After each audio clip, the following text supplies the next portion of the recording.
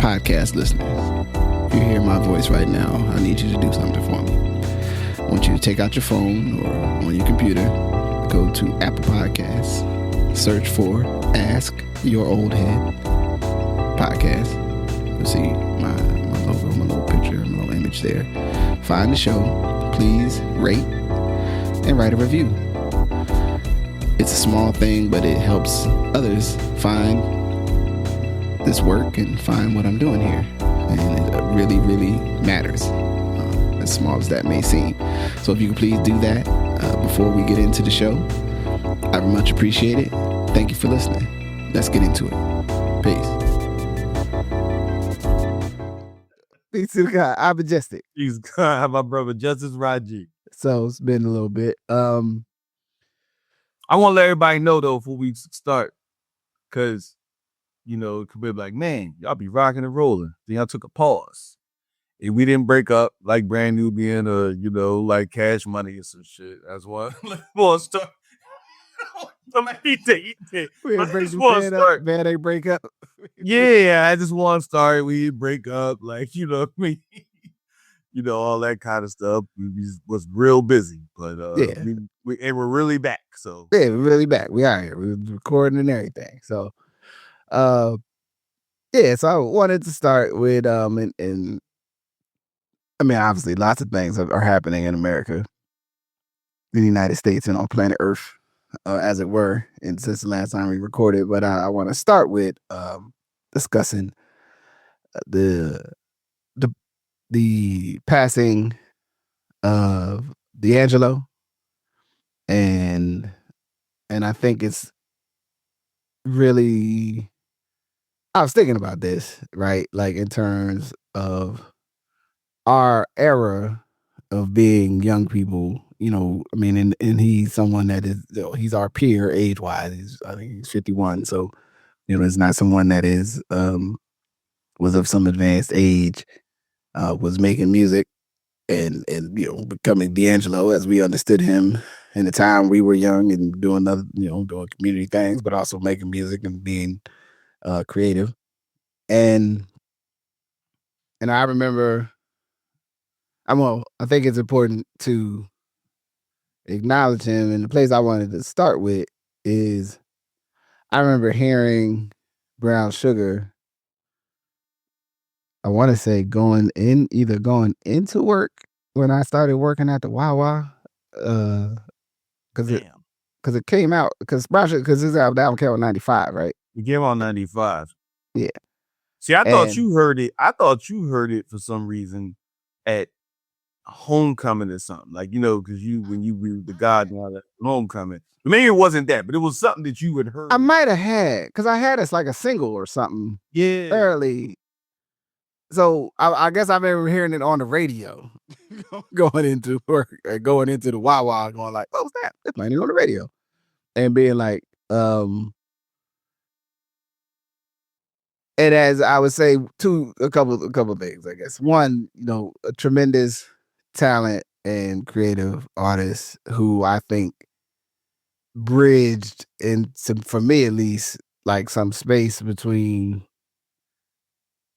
hip hop, R&B, sort of blues, soulful music that had some meaning, not a superficial expression, and was somehow like embroiled in doing music that had the ideas that, like, an approach that hip hop and sampling and other things took to music, while also tapping into, you know, the tradition of musicianship. You know what I'm saying? And you know, maybe did not have like the super giant catalog because of, you know, all of the various factors that, you know, were part of his life and his approach to creativity. But like everything he created was meaningful and strong and rock solid as far as I'm concerned.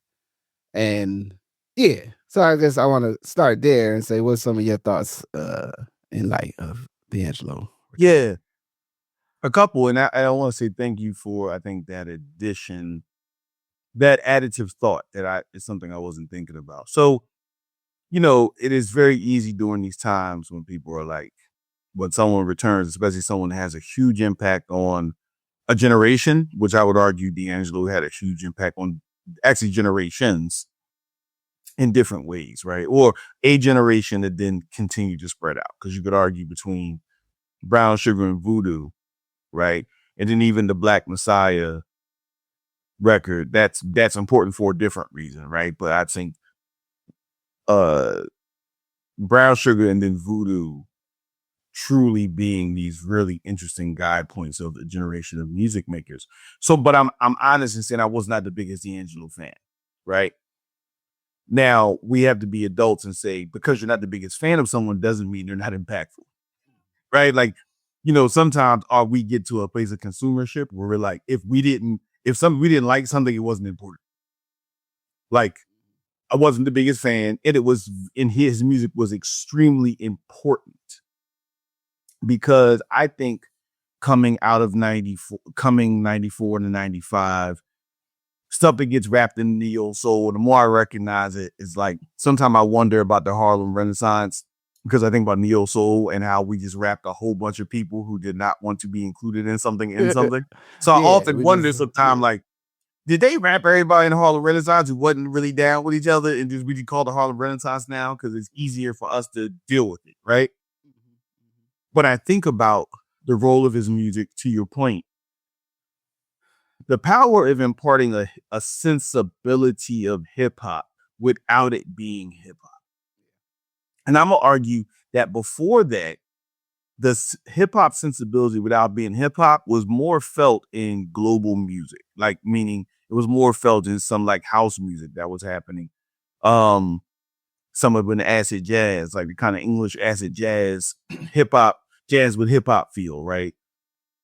Right. You always would have to include Guru and think about jazz, but that was hip hop, right? But so some of the first music you hear that's like hip hop sensibility, but not hip hop. And almost consciously not hip hop, so to speak, right? Like, you get remixes on Brown Sugar that are hip hop remixes, and one with AZ, quite very good remix, right? Primo, but no like hip hop songs. There are songs that were made for a new generation, but they were quality R&B with a not small amount of funk, so to them. So I think about that. Then it makes me think about, again, not necessarily the neo soul moniker, but the R&B moniker. So it made me go back to listen to Groove Theory. That actively had more of a hip hop sound, right? Like Amazing Tell Me, I argue, is probably one of the top 10 R&B songs.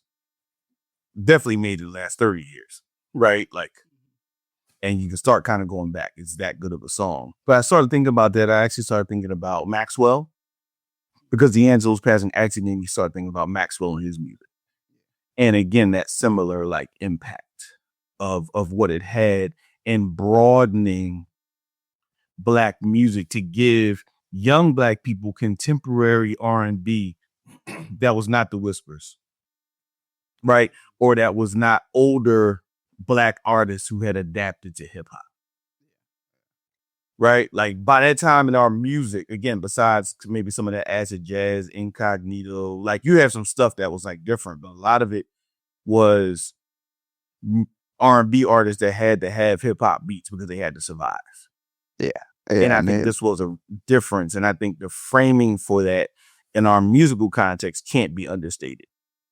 And that's just Brown Sugar. I know we could go, if you want to go deeper into Voodoo and all of that, but I just think that itself, and by doing that, defining generations and how they understood R&B music. Yeah. Well, I always thought that, like, the first record to be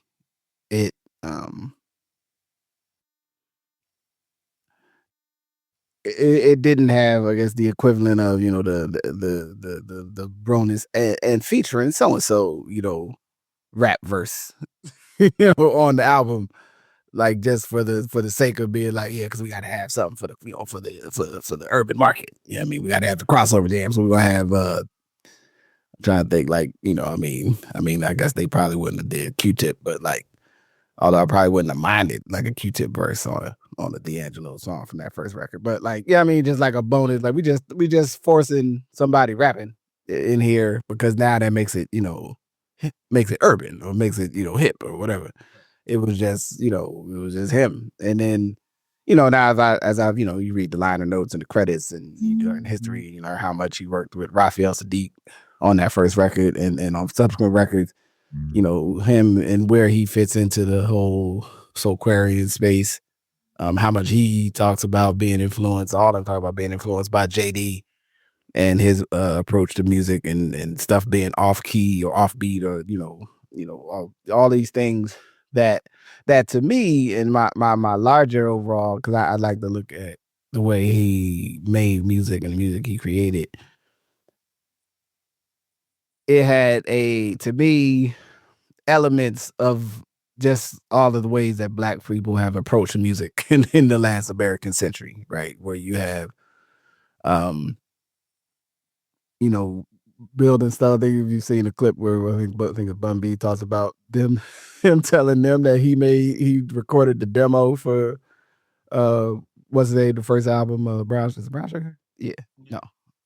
On a 4-track with like a 4-track and ASR 10 and it was and no, what's the other side of UGK? Pimp C. Pimp C said, yeah, we not using the machine right. Like if he did all that with just this, like what we might not be using this thing right. Like that sort of approach, like those sorts of things becoming like things that you learn later. Maybe obviously I didn't know at the time all that because that wasn't the way we interacted with the music. But also for me, like it was something I enjoyed, especially first album. I definitely enjoyed Voodoo.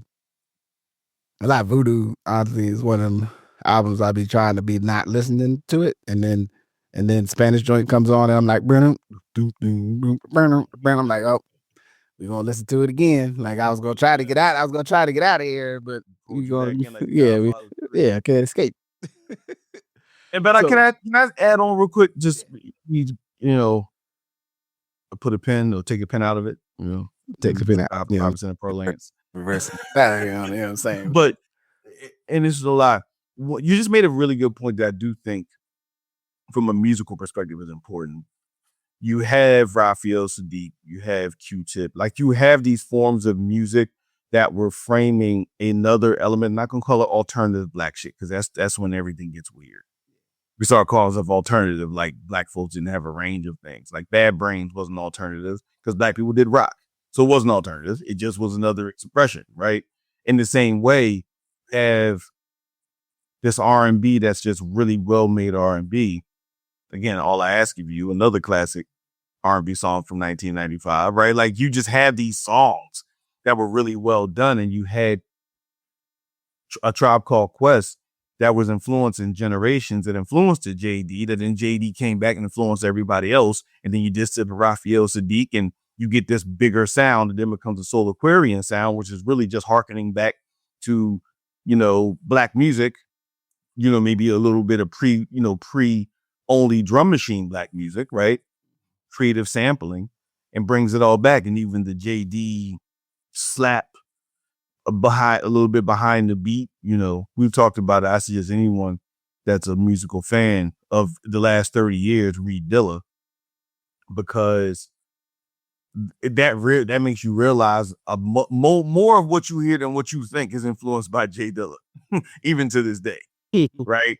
Like there's a lot of shit that happened, and then there's J Dilla. As much as we talk about like Dre and like Primo, and there's kind of like, you may hear influence of RZA in jazz. I would argue some of it does, but you definitely hear in most new influential jazz coming from across the world, there's an element of J Dilla.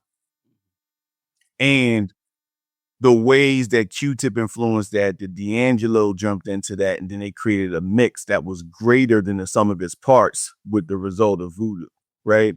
And then how music has shifted. So just wanted to point your point. I think what people started to learn and the innovations that we started to get from how artists were bouncing off of each other, that is very similar to the jazz and blues culture of a time when people heard each other and it motivated them to not just change their music, but change music.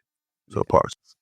Well, and it's too, I think you learn like the way some of those artists got to collaborate with each other, maybe not in the way that they were all on Motown and they were, doing the Hitsville thing, trying to, machine out song after song, but that folks did actually get to collaborate and share each other's music or share ideas, which is the way.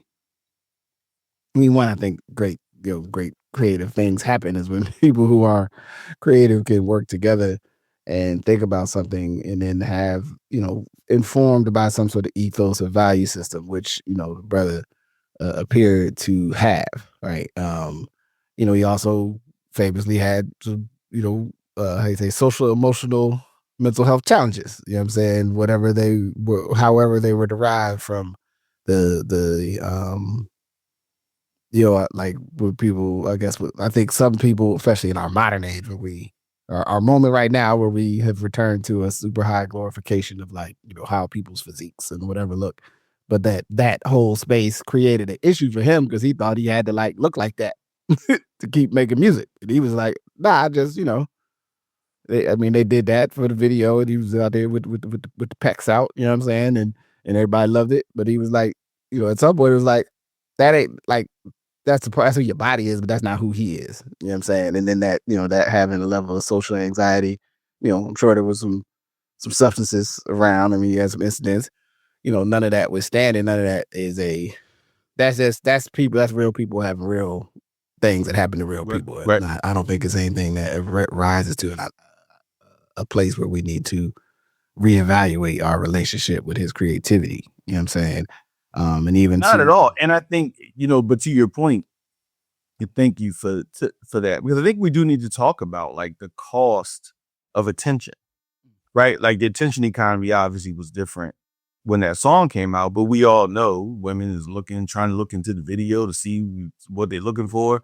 You know what I mean? It's all kinds of stuff. I won't watch the video. I still won't watch the video. I think it's all forward. Like I get it. And listen, I stand acknowledging that people will listen to this and say, but Majestic, you watch people shaking their ass, right? I totally get it. Mm-hmm. The older I get, the less I care about that too. It's called old age. You become cantankerous, no matter, what you're seeing. However, like that was so close to like, yo, dog, this feels wild. Like I imagine there's got to be some papers somebody done wrote so because of an approach. It is, the objectification of the male body in a very forward way like that is still not common. Even if even in the space where we go like, oh man, that guy's got abs, or at least looks like this. That's like true. Really like, there's like a 4-minute video with the slow pan over. No, that's true. It's a wild. Honest, it's not like that in heterosexual circles. Like, let's just keep the beam. It's not, right? Like that's something different. And so I think when you have that, when you create this whole other energy of an R&B sex symbol, not in the David Ruffin, even Marvin Gaye model, but in a full, like, I like to look at your body model and the mental and emotional health, because we can all be honest and understand the impacts on women's mental and emotional health when you're objectified, right? And we talk about that, but we never talk about that for men. So no, I think that's really important in the fact that like that impacts then how you want to do music because of that, right? Like it's not the same as the Lauryn Hill thing, but I do think it's a very interesting juxtaposition of both of them found themselves in very situations where they had to kind of like shift in order to sell music and amplify and making great, amazing music, but also the cost of that. Yeah. And then that basically, that maybe not being the singular root of it, but that, there was a time and space, a several year, almost a decade space where he was not regularly. I take it that he was touring and doing musical things, but, he wasn't present in like sort of the center of the arts. He was not putting out new music all the time or in some like high ratio of production. And then, then some things started coming around. Like I was able to grab that OK Player, that live concert, was one of my favorite. One of the things you're like, man, I'm glad I downloaded that when I downloaded it, because I don't know where I would get that from if I had to get it again. And then when he came back with the what's the last record? I can't remember. Black Messiah. Yeah, the Black Messiah joint. And yeah, that being a timely record, with the song with Charade, but still also those other elements around, as I've I like to be introspective and think about how things have influenced and or reflected or we're like, oh, that's how I think about it. So you have songs like In Another Life, which is one of my favorite songs on there, but has the like, pull me close. I want to feel you breathe. You know what I'm saying? You gotta let them know how you feel. You know what I'm saying? You gotta say it with your chest. You can't be out here half stepping with love, baby. You know what I'm saying? Some of y'all want to be with somebody and y'all be like, but I don't know if I really want to tell them if I like them. Well, how they gonna know? And in that context, I mean, that song is what the classic, what a lot of R&B or love music is about, is the love, the unrequited love. Like, hey, in another life, baby, it could have been us. You know what I'm saying? Like it is, we ain't violate nothing. You know what I'm saying? You know what I'm saying? And this is what I would like to have. This could have went another way, but you know what I'm saying? We're going to be appreciative of the moment, right? That's fair. And I think the thing that, for me at least, music especially has done well. I'm sure there's a place for it just in like reading poetry, but I've not read especially love poems to that degree to be able to certify if this is the case. But love music and R&B music and music that speaks about human relationships, capacity to like discuss a complicated feeling in a way that you can engage with it and not, maybe judge it.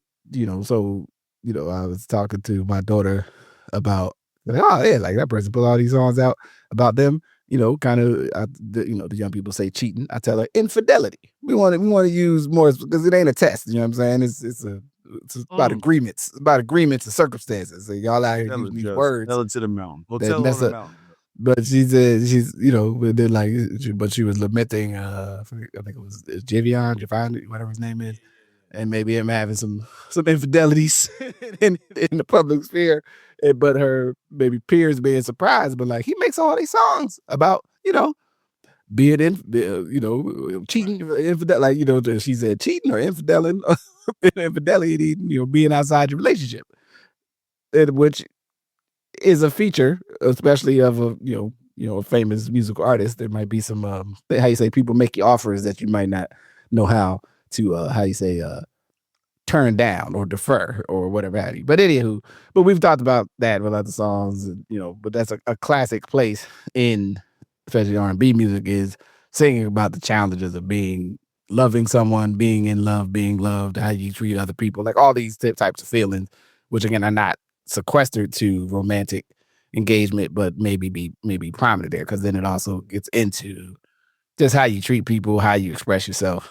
And I think it's, to me, not so much in the if we were a less surface show, we might say, because sometimes thugs cry too. You know what I'm saying? Type of energy. Whoa. You know what I'm saying, right? Like they've said things like this in real life or Planet Earth in magazines, on real podcasts, TV shows. And there's some, and some of y'all might be listening like, nobody I know really thinks like that. Unfortunately, my friend, you got a friend that may not be able to, self-identify without sort of the stereotypical racial construct of that. If I'm a black man, I gotta be, thugnificent out here. You know what I'm saying? I'm tough, hard as nails. You know what I'm saying? Let the thug tear. We'll leave it alone. I'm just saying that thugnificent. I love thugnificent. It's like, what's up, old man? Why you call the police on me? Like, we always got to remember that really happened. But I do think, to your point, like, even with the range, like sometimes as we get older, sometimes for people to be a game changer, it doesn't mean they're always being quote unquote revolutionary. That being said, to your point about his last album that reflected the times, and I do deeply appreciate that he made music that in all the ways he made it reflected the times. Like Brown Sugar was a full reflection of the burgeoning R&B, poetry reading, lounge culture that was starting to emerge or had emerged and was starting to emerge all over the country. You could argue New York, it had a home, right? But in other places, it was starting to emerge. And I think is also to listen to D'Angelo, Kedar Massenberg has to be involved in the conversation, who was the A&R at Motown. That then also did Erykah Badu, right? So when you're capturing an energy, but that they didn't capture energy that didn't exist, right? I think that's important because even if we think about New York Undercover and then Tume doing the score and think about some of the music that was coming out of that, this idea of like after they, go play, they lock up the bad guys, like then they go to this lounge and all hang out, which was always wild to me. Because my thought is, if you had real bad guys behind you, you couldn't go to the same place every Thursday night. But maybe I'm wrong. The bad guys I grew up with thinking about, you couldn't go to the same place every Thursday. I've been watching The Wire again. I told you a couple weeks ago, and Omar would find you if you was going or the Barksdale. Either one of them, Barlow, all of them, they gonna find you if you been. You don't like a cartel. It didn't go to the same place the same night while drinking. I'm saying like he wasn't drinking Cristal. And what was they drinking on that show? I guess they. Again, it was Andre Harrell, so there was this idea of black excellence, champagne and bubbles, right? Yeah. So it was like this whole like culture that was happening in New York, and I'm saying that Kedar Massenberg and others really took that culture, and D'Angelo was part of the zeitgeist of that, right? Like D'Angelo, then you got like Love Jones as a movie, then you got this thing. Like you had like this constant kind of set of things coming out of black culture during that time, and then Voodoo, to me, them digging into Fela Kuti, African rhythms, right? Like, what does it truly mean to collaborate and dig into music in a real way? Which I think was very, very of that time. Yeah. You know what I mean? Like, it captured the moment. And then Black Messiah captured the moment, but then when like to your point, when you Tell Me If You Still Care, my probably favorite D'Angelo song is his remake of Tell Me If You Still Care. Like, just really, really well done. The tough thing is that it like, cause that even I think is something you gotta, it's like a live recording or something, ain't it? No, it's not like on a record or something. You gotta, somebody has it. Somebody might have it on a record, which, like I said, there's a part of me that likes that about the way he carried himself through the rest of his musical career, is that it was also about performing and doing things. Like I said, from that OK Player Live joint, he has a joint the like tribute to JD, the Falling in Love joint, where it like that, and then they got the choir comes in. I can't even sing it. It's beautiful though. It's one of my favorite things from there. You know what I mean? Which is building on something again that if you know that, the relationship, the other artist, like, oh, it's like a tribute. It's like an acknowledgement. But then it also is an expansion. Because even that, those were like pieces and ideas that then, was open to be built upon. And I think that's another thing that's beautiful about the person's music. I mean, the closing note I want to say is about him and his creativity. One is of course respect and love to his family. And I think it's this. We know of the one child, Angie Stone. He just lost it, who she passed in the last year as well. So, it's a tough spot probably for the young man. But much regard for that. But also just the acknowledgement, because somebody I think I did share, and we don't got to go deep into just something to mark the number of creative folks related to hip hop that have not seen 55. It's just something to think about in terms of black men's health, and not necessarily that these men were doing or engaged in something particularly strenuous or deleterious to their health. But the reality, these men passed with pancreatic cancer, that something that could happen to anybody. Just something that, I don't know. It was last one I'll see if I can surface that. But it's around like 17, 18 people, you know what I'm saying, that we would know of, and they didn't see 55. I think it's of its time, and I think it's two things. Yeah. As they say, both of them. BOFFUN. Like, I think we should be aware of it and reflects a broader sense of Black male wellness. And at the same time, I think we don't think about how many of them artists that we all really, really liked that died early before. And that we just didn't get to see it. Right? Like, sometimes I think about like Marvin Gaye, right? And you think about Marvin Gaye, not just Marvin Gaye, but like, damn, Marvin Gaye got shot to death by his father. And an accident, like, you know what I'm saying? Like, damn. Like, or like David Ruffin, who might have hit 55 but died in crack house in Winfield, right? In West Philly. Like, I think you had a lot of that stuff, but people had fallen out of the space so much. Where like in our new algorithm, no one's fully out of your space. There are only a couple posts from like a couple posts away from being back. You're only a couple posts away from you. And so when you aggregate Biz, or when you aggregate a Pimp C, you take a D'Angelo, you take a this person, like, and we start aggregating, you start like, damn, okay. Man, but then you got like Chuck D and Flavor Flav. Chuck D might right, be 65. right, Flavor here. Yeah, like you. So you got all these Tips here. There's all these other people that are here and that have not returned. Right, but again, we have so much attention. The attention economy makes us know and be so much more aware, versus like we think about when Tina Marie died, but sometimes I don't think we think about it. I don't know how old she was. She might not have been fully. She was maybe 6. Maybe. I think she was. I mean, she was old. She wasn't. She was definitely at an age that where older, someone passed. Like she was too young. You know what I'm saying? Right, like old Black woman said she was too young. She was too young. young. Like, okay, but she was this, right? But like, just thinking about like even thinking about Prince, like, as much as no one wants that to be, and he should not be defined by some of his challenges at the end of his life, right? So I think it's like a broader thing of like our society. And then there's obviously components of like stuff like Dave from Bela, right? There's stuff you could argue is preventable. I think you see less of the stone cold, like taking their own lives.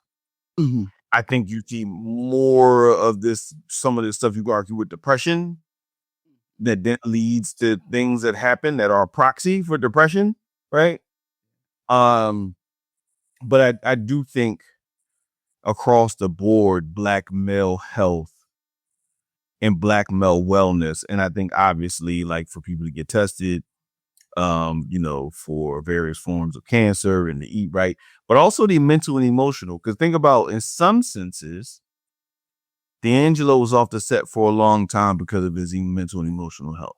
Yeah, absolutely. Right. And I think, how often are we looking at brothers and even when they had behaviors that are deleterious? That's definitely a word for the day, Just. Thank you for that. Deleterious. Deleterious is that's a strong word. Has a lot of energy with that. Overlord shit. Like, you know what I'm saying? Like, but like, what are the energies and what is the mental and emotional spaces that often have artists let go of their health or don't engage in wellness in the same way, which then becomes a precipitator of the things that we're speaking of.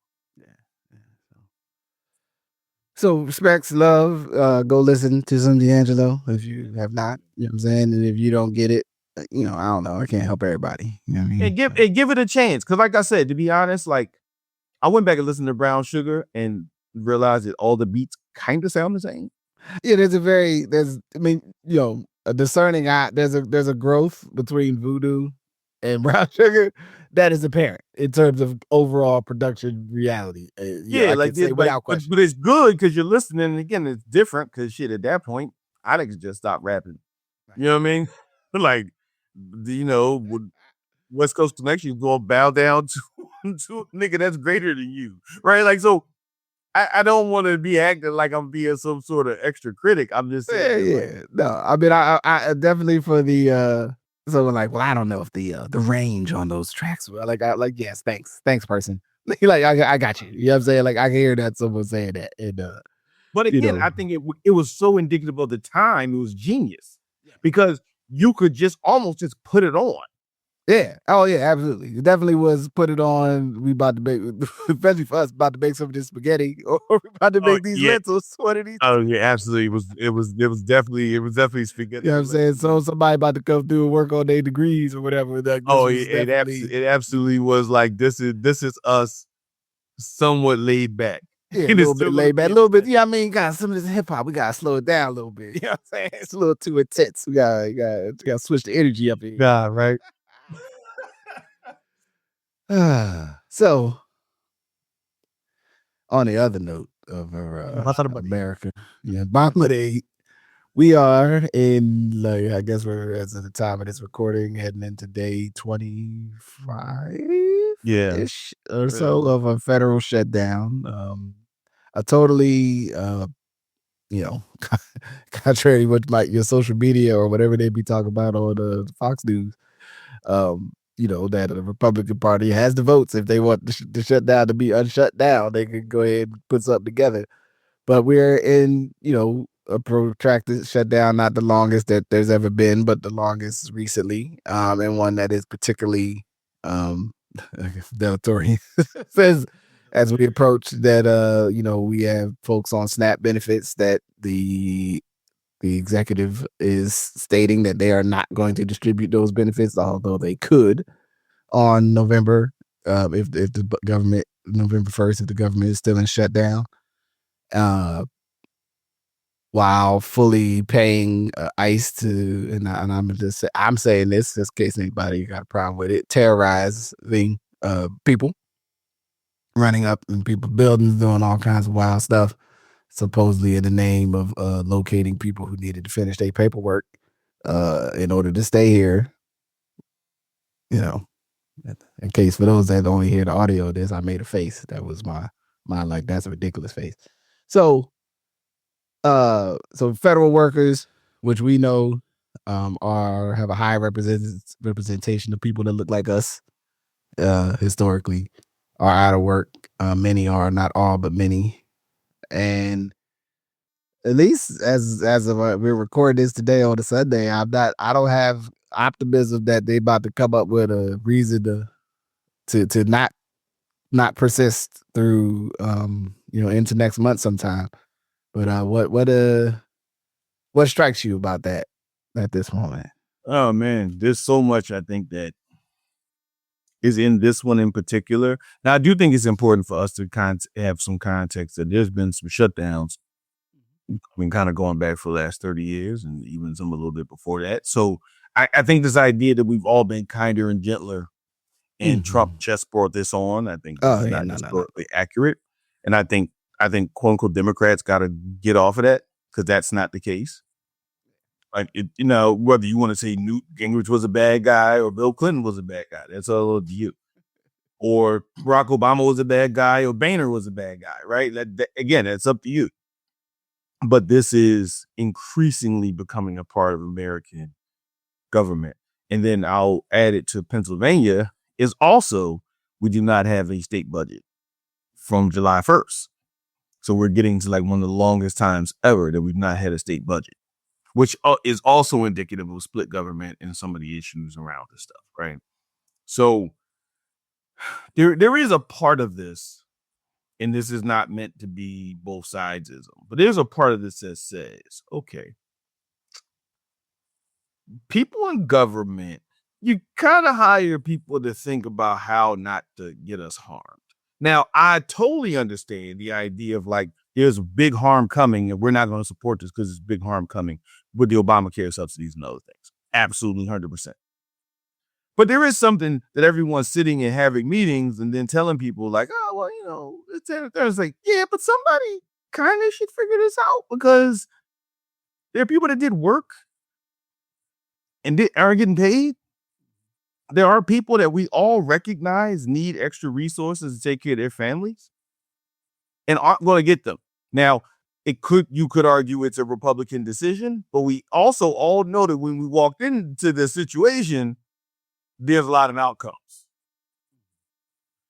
I don't know if, and I'm saying this, like, are we asking our Congress people, hey, like, is there something we could do? What's the status? Right? I'm not saying that people aren't, but I do think there's something that's really dangerous when we all normalize this. So what happens when it happens again? Because it will happen again. And I'm arguing it'll be longer. It may happen again in this administration. And I think some of that they want to happen. People want to normalize people not getting paid. They want to normalize a space where people get fired. Right.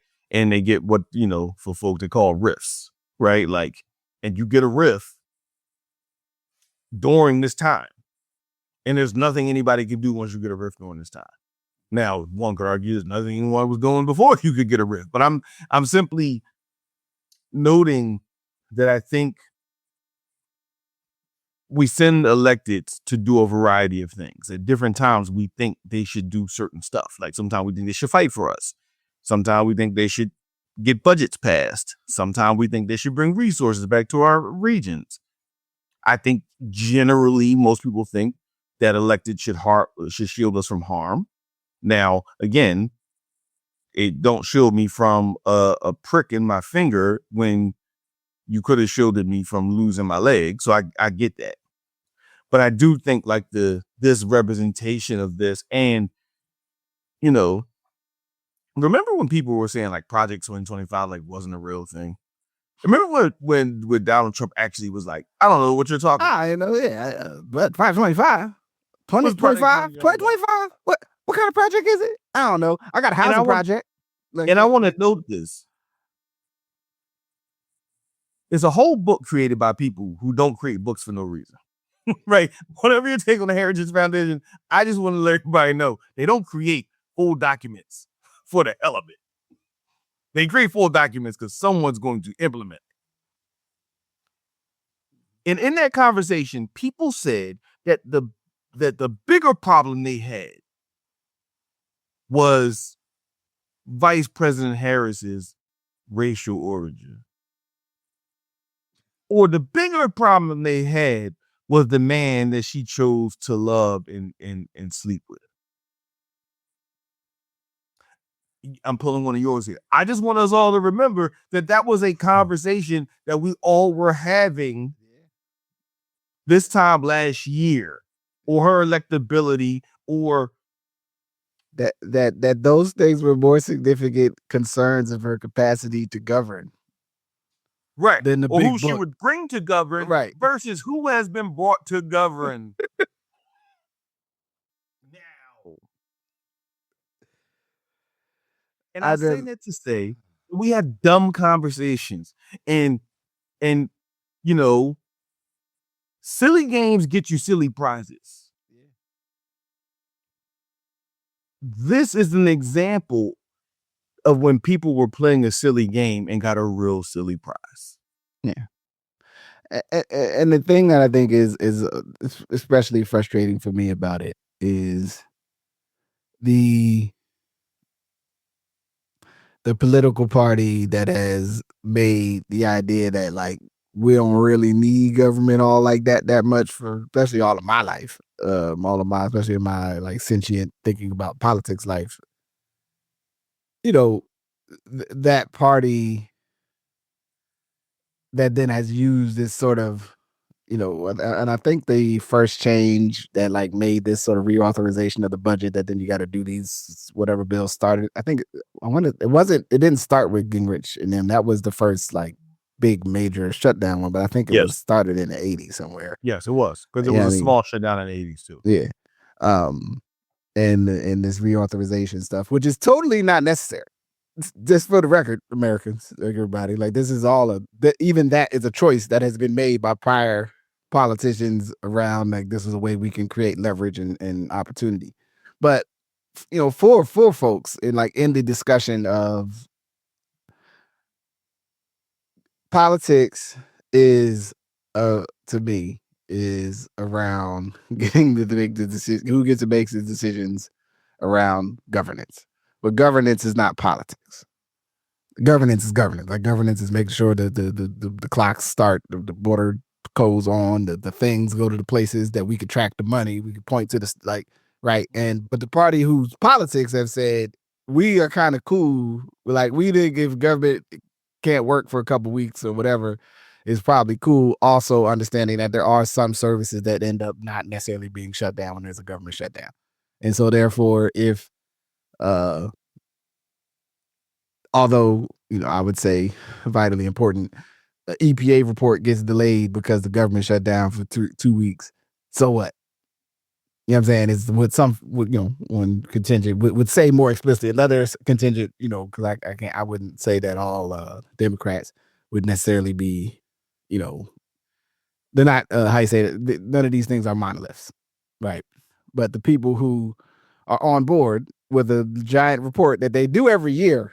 So like the 2025 was for the 2025 year. They had a previous year, and they update them. You know what I mean? Because they keep writing them so that someday when they have someone in political power, they can go, ha, we already got a playbook. Just do this, right? So that's a message to everyone in the we don't need no meetings or we don't need the plan crowd. Oh, they love. They love it. No, that's the favorite now. We just need to do something. All right. Well, what you gonna do? They be like, give in to your bias. You're gonna what you want to do is give in to your bias. You know what I'm saying? People hit me with we gotta take some action. I'll be like, all right, dog. Act, ain't nobody more now acting than you. Dude, let's go. What we doing? It's like, well, just we was thinking you was gonna do something. Oh, I'm a crash dummy, as the young people say. You want me to go jump off the roof? I'm not jumping off the roof, baby. I'm about to be 50 years old. I got 2 children. I like my life. There's a lot of ways to play. There's some asymmetrical approaches to an oppressive system. Like every option is not the one you are scared to say out loud. You try to get me to say it. See, this is the problem. That's my new, this was, and I'm gonna say I'm gonna debut it here. I've been saying recently in most of this year, like this is why I don't know if we're gonna get free. I don't know if we're gonna make it. But that means you assume people want to be free. Well, that's what I'm saying. I don't know. I don't make the assumption. There's nothing. No, I don't say nothing.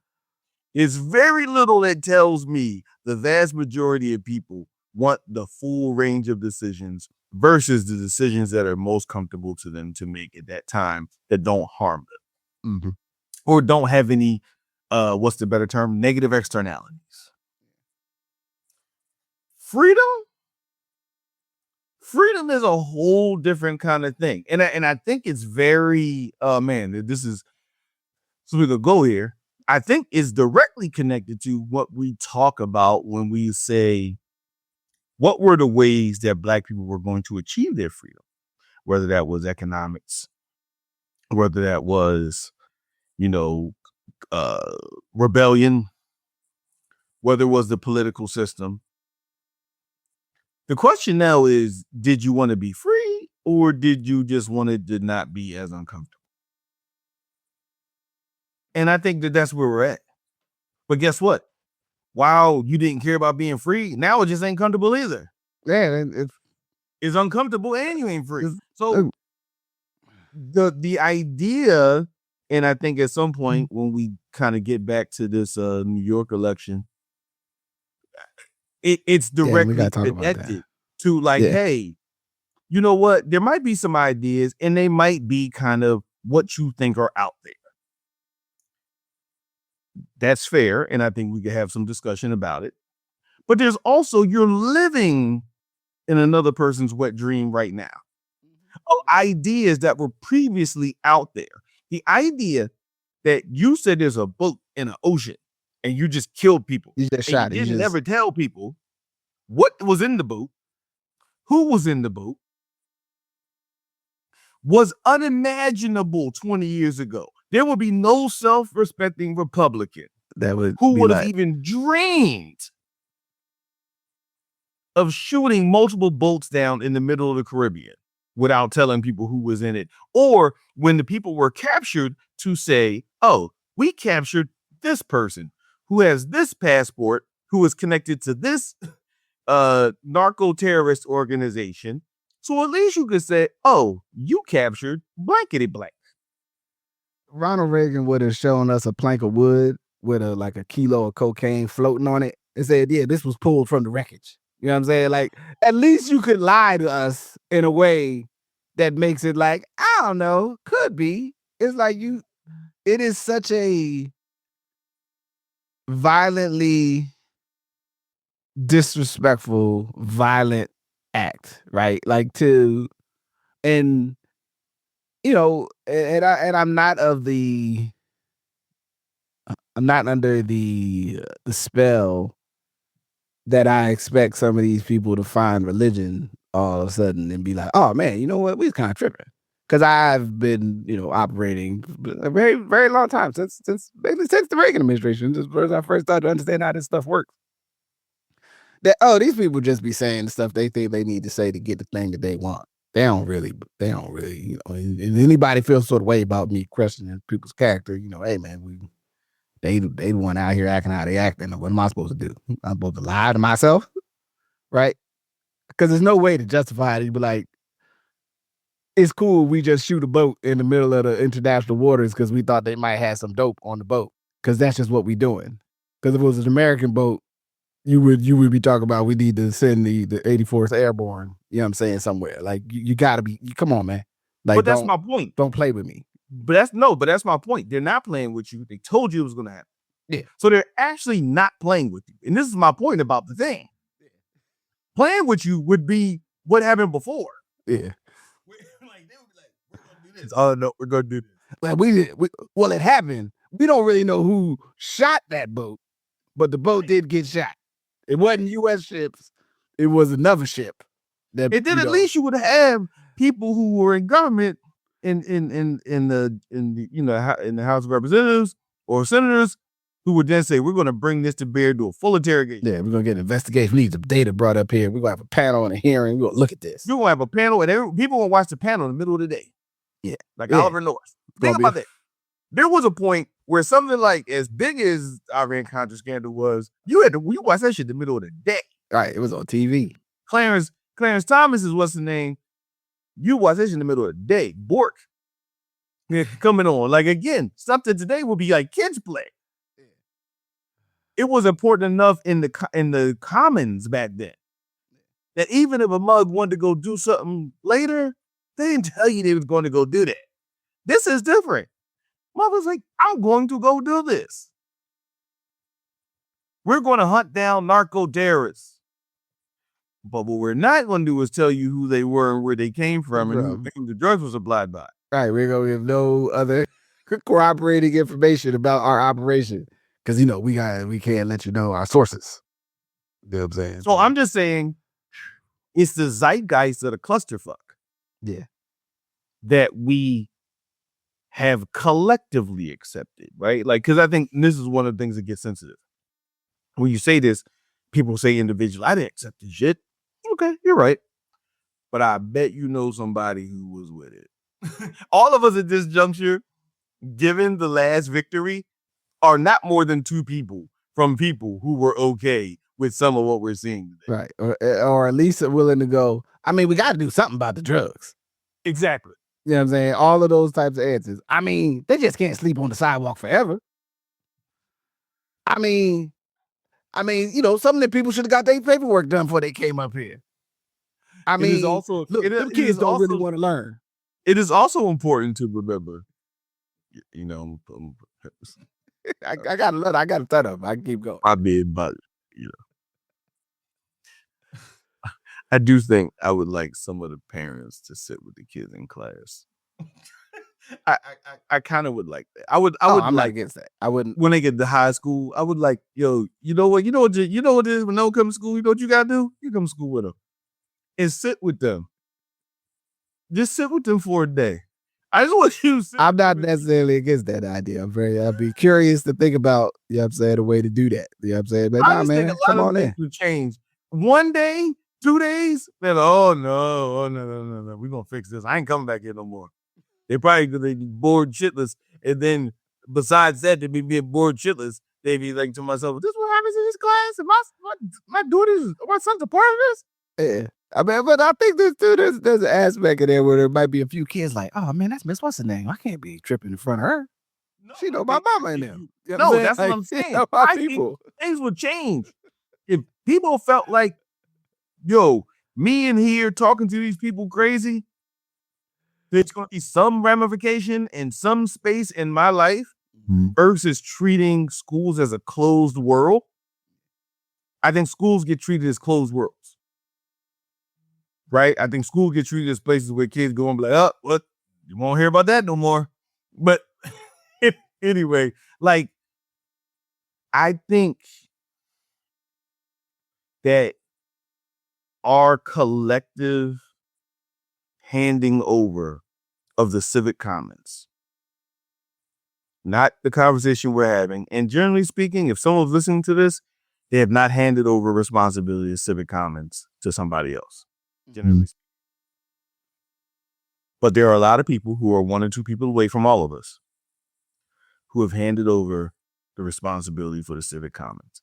And when that happens, and when people know psychologically that people have handed over the civic commons to a strongman argument, which is really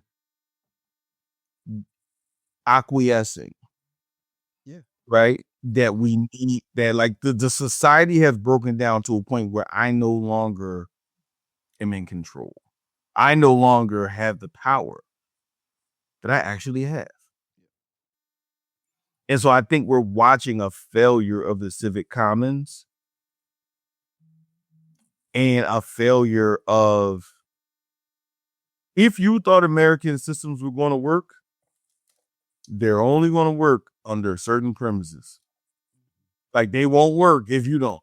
Like, that's one thing about America for sure. It will not work if you don't. And I'm going to say this, and I'm going to be the unpopular person in saying this, because I've been thinking about this for a minute. Here we go. Everybody black who talks about that this is not our fight, we're going to stay out of it. I want to remind you of the black statements from times past, that when white folks get a cold, black folks get pneumonia.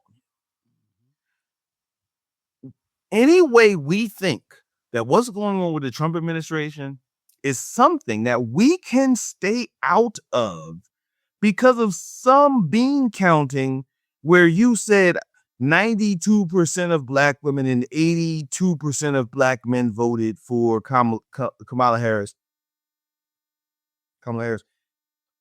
That assumes you assume every black person in America voted. Right. Which I'm here to tell you did not happen. We didn't. So when people are running around talking about what we did, that's 92% of a number. That's not 92% of all black people. So the accountability to then say we are not responsible for anything that is happening to a place we have called home and been the actual weather vane of moral integrity. See, when you give up the responsibility for being the weather vane for moral integrity, don't complain about nothing that happens after that. Because you've decided to stop being the adult in the room. And I know, and I want to state this. I acknowledge the fatigue. I acknowledge the things that have been happening specifically to black women. But I think we're sharing with each other the absolute most toxic message about the civic commons. Because, to your point earlier, Juz, black women in particular over-index in the federal government in relationship to contracts in the federal government. In the next year or something, we're going to see a full breakdown of Baltimore and DC, the housing market, because of what's happening to Black women losing their jobs in the federal government. And they're going specifically to find places that over-index with Black women. So if people feel like they don't live in the East Coast, and I do acknowledge this to be one of those kind of like very East Coast specific things. So if you don't live somewhere between Philadelphia and Richmond, Virginia, you very well may think that this is like not real. Yeah, that's not happening to actual people. But it's absolutely happening. Black women are absolutely not just losing federal jobs, but also in the nonprofit world, things that were paid for by the federal government. Because we forget how many contracts come through the federal government that HHS, DOL, HUD actually pays for that impacts places where Black women and Black men work. You know what I'm saying? Mm-hmm. So I just want to get that out there because I think we're harming each other. We're harming each other much in the same way that when people start to say, man, shit, I gotta hustle. They go get it from somebody. Might as well be me. Yeah, man, you know what I mean? You gotta get it how I live. You know what I'm saying? You just gave up your moral. You gave up, your space of being a moral weather vane. So be careful about complaining after you did that. And in the same way, what we're experiencing, and the goal is to totally deconstruct systems that it would take twice the time to redo them as it took to break them down. And I'm done. I just wanted to that's perfect. I think I wanted thank you, because I think I've heard enough of those. We ain't gotta be involved. Why are we protesting? I mean, and I've had to, share with a couple people some other stuff like, oh, why weren't there a lot? I'm like, well, there's certain aspects that we, maybe sitting back out of, but there's no sidelines, man. There's no there's no opting. There may be opting out of certain activities and actions in this moment. But if you think that let's say, for instance, they decide, oh, well, illegal sometimes got phony mortgages, so we just gonna start seizing houses or properties just in case, we got them until they could prove they wasn't somebody illegal bought that or whatever. You name whatever wackadoodle legal construct that these people decide to come up with and act on. Oh, that's what I'm saying. This will relate to be my closing statement on it. And I want to say it was Sister Tracy McMillan kind of said it in a podcast that like how many of us did not understand how much our government operated on accepted norms, not actual, laws. Now if you're us and you've studied history, you've looked at the past where you go like, sometimes that just kind of do whatever. If nobody hold nobody accountable to it, it just happens and it's over. In the Reconstruction, federal troops left, they just ran Black people out of offices. Right. Like there was nobody, nowhere, nothing made anyone like filed a charge or nothing happened. And then they said, yeah, this is the order now. So you just lost what you had. Right? Like this is we're heading to a place, we're on a pathway of behavior, and I said I can make the government, make the argument that we have a tiger going tiger situation in terms of our social racial power structure yo-yo. But also, yeah, if you ever like, y'all, we just gonna sit to the side and then they gonna do what they do and then it's gonna be over in 2 years or whatever. What I mean? Like really, I'd be like, so you think it's gonna end and then they just gonna be like, all right, y'all, we just gonna play cool here on out? No, they gonna need to steal from somebody else when they done stealing from them. You think they're not gonna steal from you? No, that's not that. Come on. If you think the narco-terrorist thing is not a premise for then narco-terrorists in America, like in America, you're stopping drugs from coming in, but drugs are always going to get into America. Yeah, they got submarines and shit. I was actually watching this. They got submarines and shit that take drugs. They got wild stuff. It's we not. It's like Rocky. What's the name? Adrian. Like you can't win. Like you're not gonna stop. You're not gonna stop the dope, man. When Like we talk it's about a social Luke thing. and We'll all talk that about kind that of stuff, later. right? Because I feel like watching Luke King. I'm gonna go back and watch Luke King because everybody like, oh, can't no black dude do that. Okay, well somebody did it. Right. I will still find out who the faces it is, but Right. somebody took the lube from the All right, somebody must up in there and got that.